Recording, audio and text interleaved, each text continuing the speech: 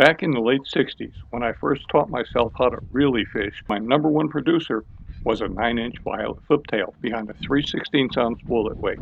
As I learned more about the importance of the outside edge of the weeds, I started to go smaller and eventually went to an open hook jig head for the outside edge and reserved that Texas rig for fishing in the weed.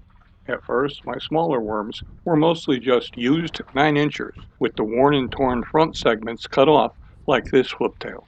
When you're fishing the outside edge, the open hook tells you a lot more than the snag-free Texas rig. Ideally, you want to feel the weeds and maybe even hang a little, then pop it free with a quick snap of the rod tip. Be alert for a hit on the initial sink and following every little pop you give the bait with your rod tip. While the pop and sink is typically the most frequent strike generator, on occasion, a slow 2 to 3 foot drag when your lure is outside the vegetation sparks a strike, as does a 5 to 10 second dead stick pause on the retrieve. Mix it up and don't be afraid to experiment. Obviously, when you make contact with several fish, you should fine-tune your presentation to repeat what's drawing their attention as regards to how far into or outside the weeds you should be concentrating and what type of movement or lack of movement is getting bit.